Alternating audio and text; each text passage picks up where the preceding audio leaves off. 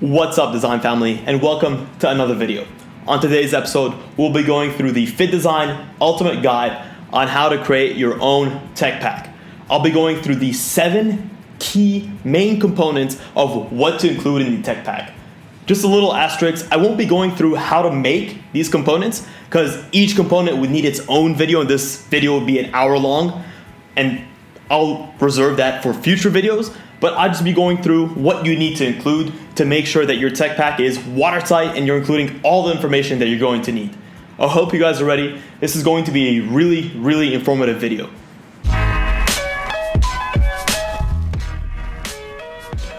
Welcome to FittDesign TV.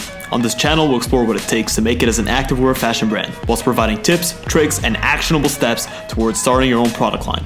Whether you're an entrepreneur looking to start your own brand or just someone interested in fitness fashion, there's something for you here. So let's start off by describing what a tech pack is. Without going too much into detail, a tech pack is a construction document of sorts that tells a supplier or a factory how to make a specific garment. It includes key information that a factory would need, and that's the key information we're gonna go over in this episode.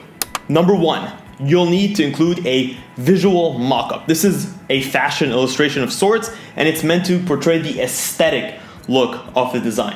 It doesn't have to be very technical, but it just has to show where certain seams are located, how the garment is constructed overall, a general idea of the fit, and if you're using a colored markup, which is always good, you want to make sure that you can show accurately where the different garment trims or the different garment colors are located.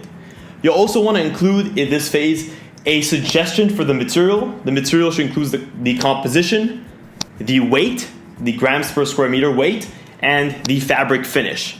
You'll also want to include how many colorways are in the tech pack. For instance, if your tech pack has 3 colorways, you'll want to show the 3 different colorways, and you'll want to specify on each sheet number what colorway out of 3 it is. Let's just say you have 3 colorways. Page 1 will be 1 of 3, page 2 will be 2 of 3, and page 3 will be 3 of 3, so on and so forth. In terms of specifying colors, you'll want to use Pantone color codes. I would recommend downloading the Pantone Studio app. It's $5 a month, but it's going to give you access to the main key Pantone guides that you'll be using for design. And the one that you'll want to look at for use with fabrics is the TCX guide. That's the main one. That's the one you want to use. And for prints, you can either use solid coated or solid uncoated. So the color of the prints that go onto the garment, either solid coated or solid uncoated. You'll want to include the TCX guide name, the number, and the RGB values on the page of the specific mockup. For instance, let's just say you have a design with a white and a purple color. It's some sort of bi-paneled product. You'll want to show the white Pantone, and you'll want to show the purple Pantone, and you'll want to kind of indicate what Pantones those are referring to. You want to be as explicit as possible. The whole point of a tech pack is to make sure that you're getting your idea across as specifically as possible, so there is no room for error. For the mockups, there are a variety of ways to create mockups. You can start off with the very basic and go into the super in-depth. I'll start off with the basic. You can use a flat Illustrator sketch. You've seen them on the internet. They're these very basic looking mockups, and they serve just to get a visual representation of the apparel piece itself. Or you can do something that's more customized using digital programs like Procreate, Affinity Designer, sketching on the iPad Pro. That's also an option. Or you could go full on 3D and use programs like Marvelous Designer or Clo 3D to digitally create 2D patterns and then model them onto mannequins, and to get an accurate look on how the mock-up or the actual garment piece is going to look. You could render that out in a software like Keyshot to apply lifelike materials. So there's a spectrum of ways that you can create these mock-ups, and it all depends on your ability and your skill set, but these are kind of the main 3 options that you could use: Illustrator, Procreate, or Marvelous Designer. Number 2, in terms of what you'd want to include in the tech pack, is a sizing guide. As a general rule of thumb, for men, you want to go for a split of small to extra large, and for women, you want to go for a split of extra small to large. You'll want to lay out the mock-ups and lay out the key measurements. Potentially you want to give them some numbers or some letters so that you can denote what specific measurements you're looking at, and you'll have a table. The table will have the key measurements that you're going through. For instance, for a t-shirt, you'd look at the center back length, the chest width, the waist width, the bottom width, the sleeve length, and the cuff width and the neck width. So you'll lay those out on the mock-ups with the letters on top of each corresponding arrow. So that way you can see how those measurements are grading over time. Grading is the term used to denote the way a measurement changes on a garment over different sizes. So how you grade a garment is very important, and it lets a factory know how a size large should fit in terms of when you have it designed for a size small, how that should fit in a size large. So that's how you create a sizing set.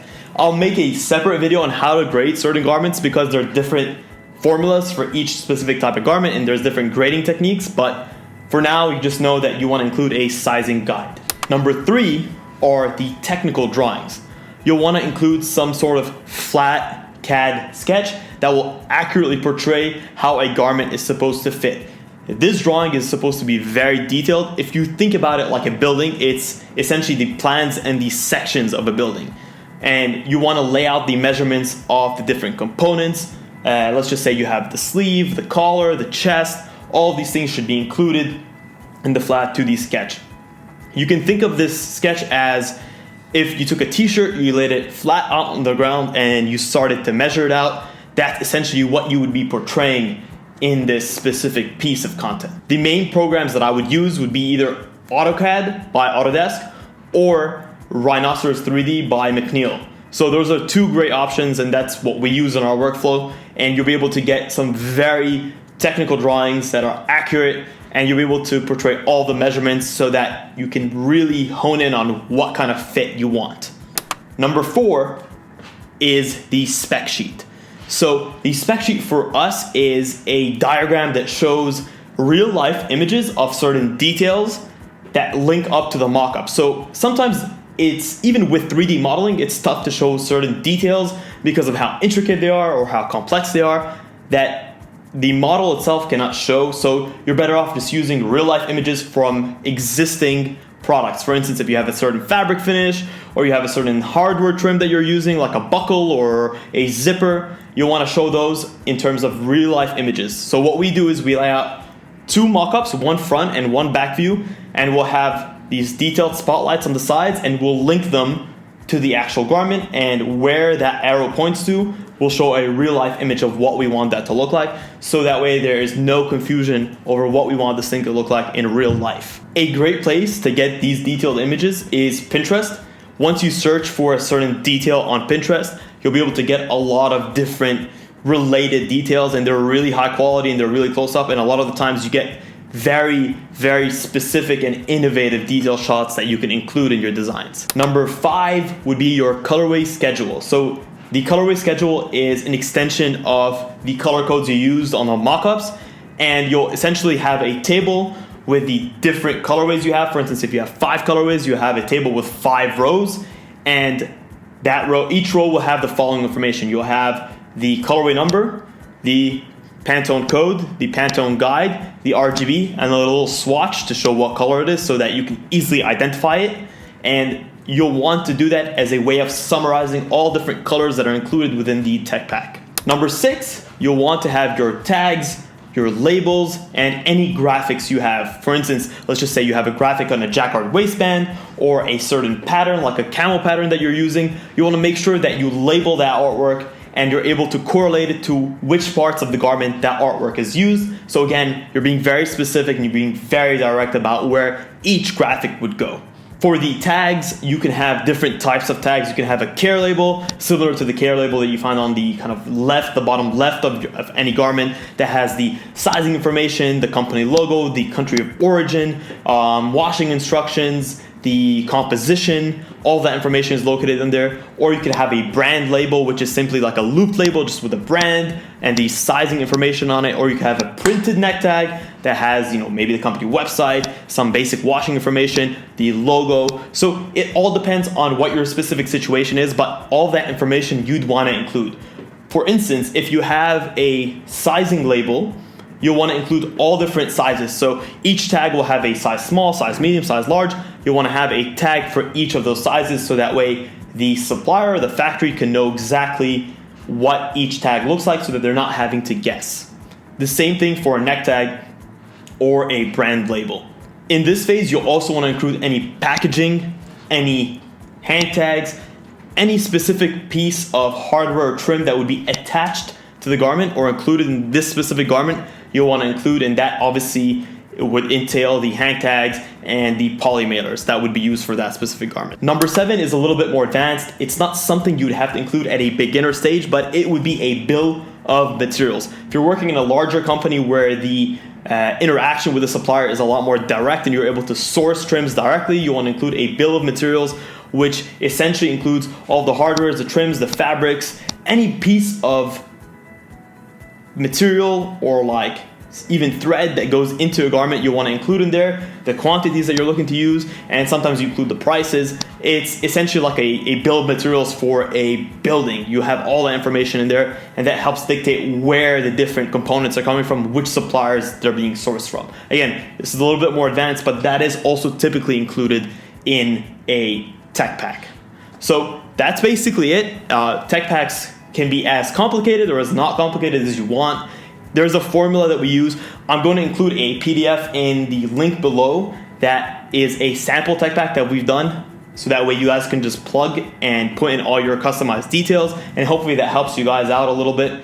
If you guys enjoyed the video, it would mean the absolute world to me if you could smash a thumbs up and leave a comment below. It really does help us out. Let us know what you want to see in future videos, and thanks again for tuning in to FittDesign TV. It's been an absolute pleasure, and we'll see you guys in the next one.